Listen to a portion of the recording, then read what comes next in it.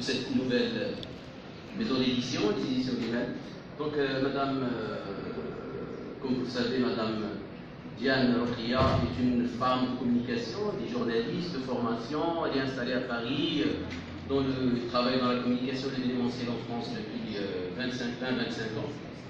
Et là, alors, elle a voulu justement ramener toute son expérience d'édition et de contact avec les différentes maisons d'édition françaises. Donc, elle a voulu absolument ramener cette expérience-là au Maroc et essayer une autre façon de faire le film, de produire le livre, qui non seulement commence par justement mettre en place un comité de lecture et un travail professionnel sur l'édition, qui entend bien entendu sortir des livres dans une qualité supérieure, mais en même temps accompagner la promotion du livre. Récemment, ils étaient à Tanger, avant ils étaient à Casablanca, à Paris, et voilà donc Rokhia Diane qui accompagne ses auteurs ici à Rabat à l'International, et quel honneur de pouvoir commencer l'année avec trois œuvres de trois auteurs différents, très enrichissants en tant qu'expérience qu'ils apportent à cette maison d'édition. Donc il y a une parité qui va s'annoncer bientôt aussi par rapport à la participation des uns, j'allais dire des unes et des autres aussi à la création des livres. Mais aussi, comme vous le savez aujourd'hui, nous avons un parterre important d'auteurs et de critiques et de professeurs, de chercheurs universitaires qui vont vous présenter à la fois les auteurs et les livres, mais aussi se présenter eux-mêmes dans des interventions, j'allais dire, éclectiques, enrichissantes de ces œuvres, et bien sûr les auteurs aussi vont parler. Donc on va commencer cette belle cérémonie par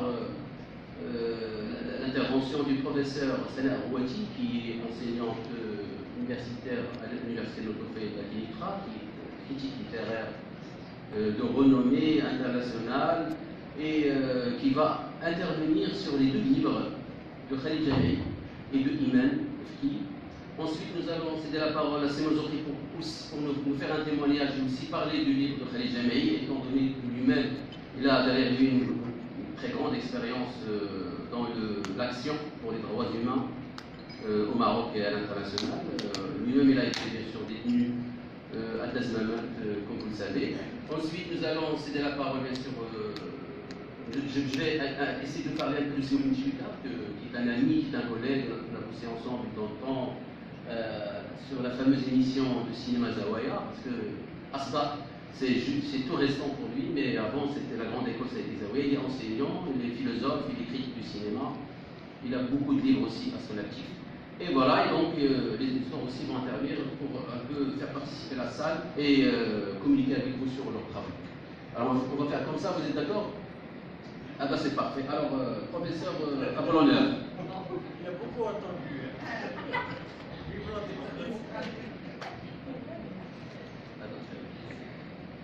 Oui, donc,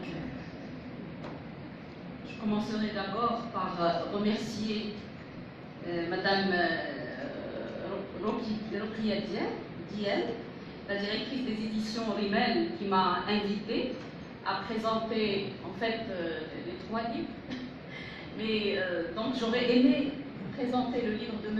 Chouika sur le cinéma marocain, mais j'ai reçu les livres vraiment tardivement et donc ce n'est que plaisir remis à plus tard. Hein. Donc le livre je vous promets de faire une lecture parce que je l'ai feuilleté et il y a des choses très qui m'intéressent moi personnellement. Et donc juste pour faire une étude sérieuse, un travail sérieux, c'est monsieur Souiba qui se chargera de la présentation. Il le fera, je crois, mieux que moi en ce moment. Et donc j'ai énormément de plaisir également à présenter ces Khalid Jamei, qui donc finalement, on est là, finalement, parce que son manuscrit, je l'ai eu entre les mains il y a plusieurs mois déjà, mais il y a des problèmes familiaux, des problèmes de santé qui m'ont empêché. Je l'ai lu, mais je n'ai pas pu réagir de manière professionnelle. Et voilà. Et donc aujourd'hui que j'ai le livre entre les mains, donc j'en profite pour dire ce que je pense. Et puis aujourd'hui aussi, j'ai eu l'agréable surprise de découvrir un texte, je vais dire succulent, c'est le mot qu'il faut, parce qu'on a beaucoup de plaisir à le lire, on découvre un recueil de contes, et on ne fait plus beaucoup de contes. Ces derniers jours, on travaille beaucoup sur le genre roman, et la nouvelle peut-être, mais le conte a été abandonné, et là, ça nous réconcilie un petit peu avec, c'est un conte moderne, à la fois moderne, mais il a donc il nous fait remonter un héritage ancien, hein, très ancien. Alors, je commence tout d'abord par Khalid Jamii, aujourd'hui qui nous surprend aussi par un recueil de nouvelles, Ken Yamaken. Alors, Ken Yamaken, avant de présenter le livre, j'ai prévu une petite présentation pour les étudiants qui ne le connaissent pas. On ne peut pas ne pas le connaître, mais pour la jeune génération, j'avais prévu une petite présentation brève, mais bien sûr qui réduit tout ce qu'il a fait. Donc Khalid Jamii, journaliste, militant des droits de l'homme, grand analyste de la politique marocaine et internationale, et homme politique lui-même. Il fut influencé par les écrits de certains gauchistes, notamment ceux publiés dans la revue NFS, l'Amaïd, périodique ayant eu un rôle important dans l'histoire intellectuelle et politique contemporaine du Maroc. Il suivait notamment les courants de pensée contemporaines, mais il fut imprégné de principes de défense des libertés et des droits humains, ce qui eut un impact certain sur ses propres écrits et son engagement politique. De ces écrits ressort le profil d'un militant humaniste, dénonçant les comportements racistes, rejetant les attitudes hypocrites, xénophobes et fanatiques, et défendant ses idées avec conviction à un moment où il n'était pas facile de s'exprimer librement. Il a fait du journalisme un moyen d'action contre les abus de l'administration et des institutions. Il relate des difficultés quotidiennes des citoyens n'accédant pas à leurs droits. Entre 1969 et 1971, il fut un passage au cabinet du ministre de la Culture, Mohamed El-Fassi. C'est pour lui une occasion pour visiter les sites, les monuments du Maroc et découvrir les trésors culturels du pays. D'où son attachement aux diverses formes de la culture et une plume journalistique des plus intéressantes du Maroc. Ce que je voudrais dire aujourd'hui, c'est qu'en cherchant un petit peu à étoffer, à enrichir un petit peu la biographie, je me suis rendu compte qu'il n'y a pas beaucoup de... C'est étonnant, hein, il n'y a pas beaucoup de journalistes qui écrivent sur les journalistes. On écrit sur n'importe quoi, et j'ai voulu chercher ce qu'on a dit sur les analyses politiques de Khalid Jamii, sur son travail, son action dans le domaine du militantisme. Il n'y a pas beaucoup de choses, il y a de petites bribes de textes, mais ce monsieur mérite plus et mérite vraiment des études, parce que, je vais le dire tout à l'heure, c'est une plume. Déjà, on va la découvrir, sa plume, on connaît sa plume de journaliste, on connaît aussi sa langue qu'il ne met jamais dans la poche, sa langue il lui permet de dire tout ce qu'il pense, et on sait qu'il est l'anti-langue de bois. Il n'y a pas la langue de bois chez lui, et ça, on est heureux de l'écouter. Et de temps en temps, il y a des vidéos qui traversent Internet, WhatsApp, Facebook, etc. Et à chaque fois, ça fait plaisir de l'écouter parce qu'il analyse sans avoir peur de qui que ce soit. Et puis, il dit tout ce qu'il pense de manière honnête et sincère. Et ça, c'est fort appréciable. Et donc, on vous salue pour ça et on vous remercie de rester parmi les rares personnes comme ça, comme vous l'avez été depuis le début. Alors, aujourd'hui, je suis là pour présenter ce recueil de nouvelles. Je l'ai lu cette fois-ci de manière différente, parce qu'il y a eu quand même des changements de texte, ce n'est plus la même position des textes, etc. Je crois que donc c'est un très bon travail, parce que l'emplacement des textes est très bien. Et je crois qu'il y a eu un travail sur la position de chaque texte. C'est bien. Oui, vraiment. ce boulot. Donc les éditeurs, finalement, ils ont aussi un rôle parce que j'avais l'impression de lire autre chose. Ouais.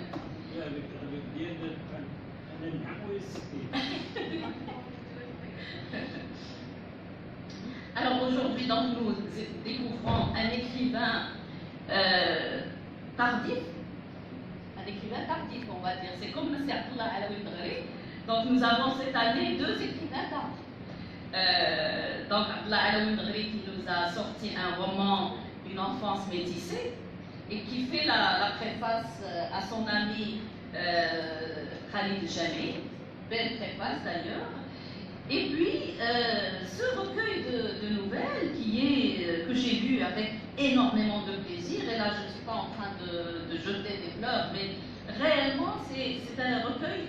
Je me disais si j'avais plus de temps, il y a tellement de pistes à explorer, il y a tellement de choses à déterrer de ce texte que finalement je suis un peu frustrée de ne pouvoir faire qu'un travail un peu superficiel.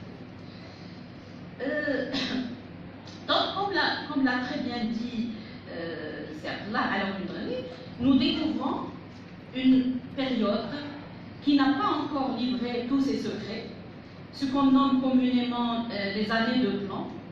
Comme l'a si bien dit donc Abdullah Alaoui Mdghari dans la préface, je le cite, ce texte explique combien cette période de blanc est encore présente dans les comportements et les mentalités, même si on a tendance à croire que c'est fini et qu'on est dans un autre Maroc. Fin de citation. Et la première nouvelle, qui s'intitule Déviante, montre justement l'impact de ces années de blanc sur la psychologie des individus, un traumatisme silencieux que toute une génération traîne comme un boulet et qui l'empêche de vivre, de rêver un monde meilleur, de réclamer, de contester, de protester.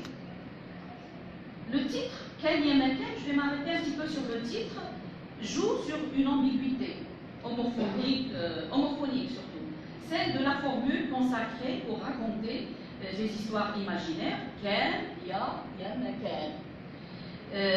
Des contes fantastiques, donc, mais vous auriez pu peut-être écrire Ken, Ya, Ma, Ken, et séparer les mots. Mais le plus probable pour moi serait il était une fois un lieu ou un espace, parce qu'il s'agit dans la plupart des nouvelles de Rabat, des ruelles de Rabat, etc. Et donc le mot Meken est écrit en un seul bloc, et c'est aussi l'histoire d'un espace, d'un Meken. L'espace est fort présent, car les personnages y déambulent. Dans le Déviant, par exemple, le Déviant, je le considère comme une nouvelle importante. Elle est importante parce qu'elle travaille sur la psychologie des personnages, sur le traumatisme profond et en même temps sur le rapport à l'espace. Le centre de Rabat a une présence imposante. La mosquée As-Sunna, où elle fait sa prière, puis le Parlement, Al-Barr Al-Aman, comme il est décrit. Autrefois, donc Barr Al-Aman, et ce que j'ai aimé chez Khalid Jami, c'est qu'à chaque fois où il présente un espace, il donne son histoire et il nous trace l'histoire de l'évolution de cet espace.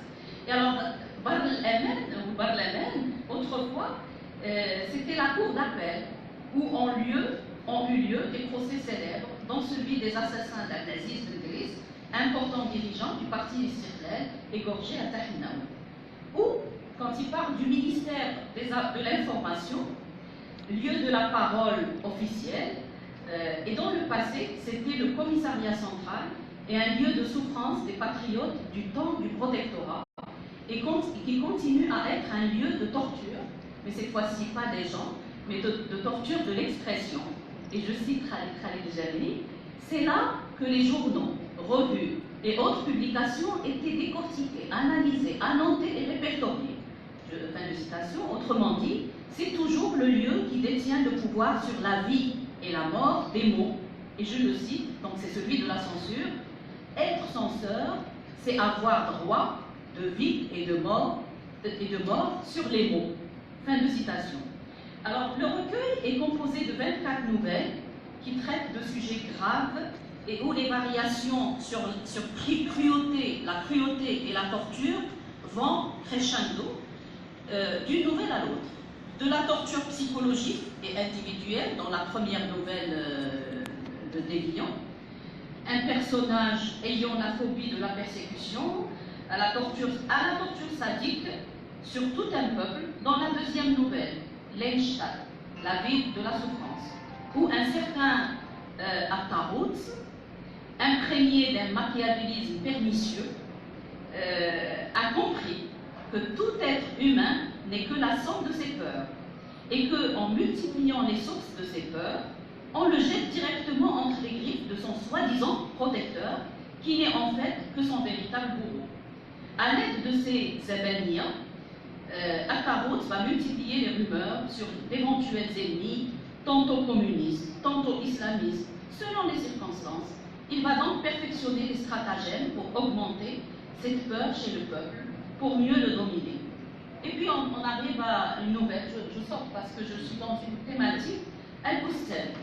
Et là, Al-Bustan, pour moi, c'est le sublime dans le mal et le perfectionnement des moyens de rabaisser l'être humain et de le déshumaniser avec l'histoire de Qaddour el-Ash'ashi, l'esthète de la torture qui savait comment détruire, je cite la Khalid, détruire la personnalité, briser la résistance au système, terroriser la population et fabriquer des peurs collectives.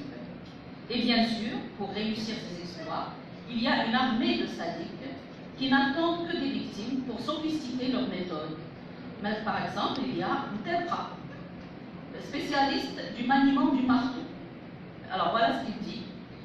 Pour moi, disait-il, ces 20 doigts sont des touches d'un piano, appelées douleur, que je caresse. Et puis, il y a d'autres tout aussi sadiques et pervers, comme Trisinti, spécialiste de l'électricité, et puis Pence, ce spécialiste de celui qui enlève les ongles, Greb, celui qui plonge les têtes dans l'eau, etc. Zézoir, Gilet, équipe de choc guidée par le Bustan. Alors, puis il y a une nouvelle, Roua, une nouvelle qui parle de quelqu'un qu'on ne peut nommer, celui, on le nomme comme ça, celui, tu sais qui, celui dont, qui tu sais, une description intéressante par des paradoxes, car Roua est à la fois remarquable par ses qualités, car il est charmeur, très cultivé, d'une rare intelligence, polyglotte, maître des méandres du parler populaire, mais il est aussi redoutable, car colérique, violent, sans pitié. Il a étudié le prince de Machiavel. C'était d'ailleurs son livre de chevet, et tout le Adab al-Sultani, surtout les livres d'Ibn Khaldoun, Tortoshi, Abu Hammouzayani, Al-Mawardi, et l'art de la guerre de Sun Tzu. En plus, Roua est très superstitieux. Il était bardé de talismans, de jadaouis, d'amulettes, de gris-gris, de toutes les contrées du monde. La plupart des personnages nous sont présentés par le narrateur. La description qu'il en fait, dans les différentes nouvelles est minutieuse. Elle leur procure une consistance psychologique et les anime au fur et à mesure qu'on progresse dans la lecture.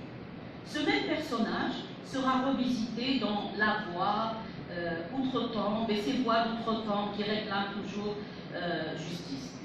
À côté de cet univers gris, cruel, absurde, et respirant un pessimisme sans issue, d'autres nouvelles sont des éclats d'espoir qui émanent de la création à travers les nouvelles, les nouvelles sur la réflexion, sur la création, les lettres, la calligraphie, comme c'est le cas dans Al-Abajidiyya, l'abomination, délire, cour. D'autres nouvelles parlent de la femme aussi, du corps de la femme, IR, City ou la ville, sexe, où le narrateur fait des réflexions sur le corps. Et d'ailleurs, j'ai retrouvé dans cette nouvelle, il y a un recoupement avec Imen, parce que Imen, tous, le recueil de contes, est centré sur cette problématique du corps de la femme qui se venge aussi. Donc on cite, il y a des allusions bien sûr à des choses de notre actualité, comme la pièce de théâtre Dieli ou le film de Issam Zenon Mouchouma, etc. Et il y a beaucoup de références littéraires. On sent le texte respire de la littérature. On sent un très grand lecteur de la littérature mondiale. Et enfin, donc pour ne pas dévoiler tout le livre, certes, c'est une fiction.